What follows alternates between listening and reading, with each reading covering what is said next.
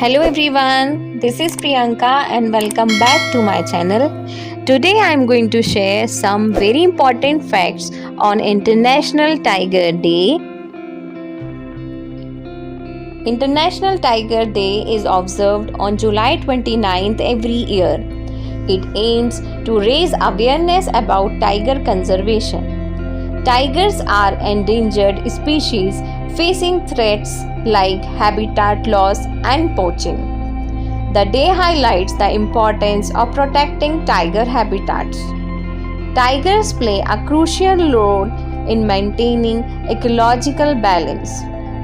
Efforts are made to combat illegal wildlife trade and poaching. Conservation projects focus on preserving tigers' population. International Tiger Day promotes public engagement in conservation efforts. It emphasizes the need for global cooperation to save tigers from extinction. On this day, people around the world unite to celebrate and protect these majestic creatures. If you find these facts helpful, don't forget to like my video and don't forget to share this video with your friends. If you want more similar video, do subscribe to my channel and keep watching. Thank you.